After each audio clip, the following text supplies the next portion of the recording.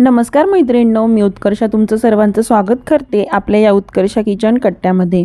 तर रोज रोज त्याच भाज्या खाऊन कंटाळा आला असेल तर आज आपण बनवणार आहोत मस्त अशी चमचमीत गिलक्याची भाजी। तर चला रेसिपीला आपण आता लगेचच सुरुवात करूया।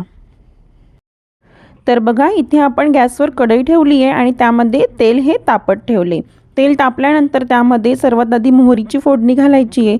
मोहरी तरतरल्यानंतर त्यामध्ये जिरे घालायचे आणि अद्रक लसूण आपण छान कुटून घेतलंय।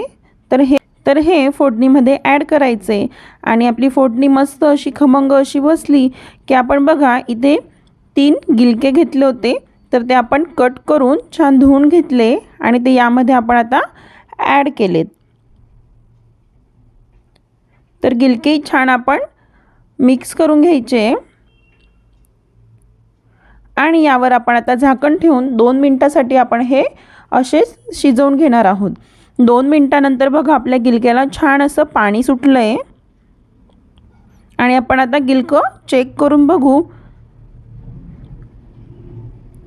तर बघा आपलं गिलकं छान असं शिजलंय।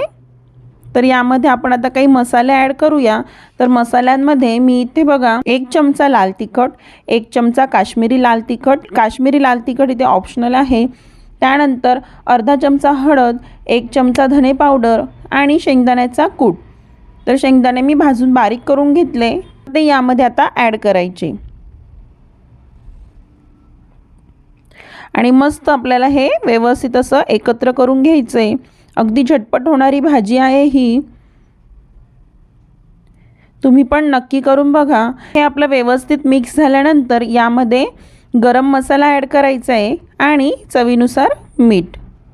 त्यानंतर यामध्ये अर्धा ग्लास पाणी घालायचे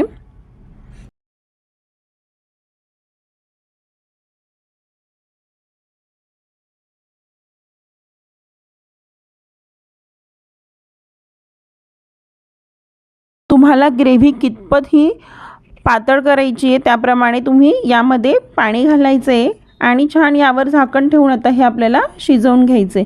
अगदी झटपट तयार होणारी रेसिपी आहे। तुम्हाला जर आजची रेसिपी आवडली तर कमेंट करून नक्की सांगा। तर बघा आपण 2 मिनिटांनंतर बघतोय आपलं गिलकं छान शिजून आलंय। अगदी मस्त असं चमचमीत गिलक्याची भाजी ही आपली तयार झाली आहे। तर तुम्ही बघू शकताय, खायला सुद्धा ही अप्रतिम लागते। त्यानंतर यावर वरतून छान कोथिंबीर पेरायची आहे, त्यामुळे भाजीला अजूनच छान अशी चव येते। तर बघा आपण गॅस आता हा बंद करूया आणि तयार आहे बघा आपली गिलक्याची भाजी। तर तुम्हाला आजची झटपट होणारी गिलक्याची भाजी ही रेसिपी जर आवडली असेल तर लाईक करा, शेअर करा आणि आपल्या चॅनलला अजूनही सबस्क्राईब केलं नसेल तर प्लीज चॅनलला सबस्क्राईब करा। तर भेटूया आपण अशाच पुढच्या रेसिपीमध्ये। तोपर्यंत बाय बाय।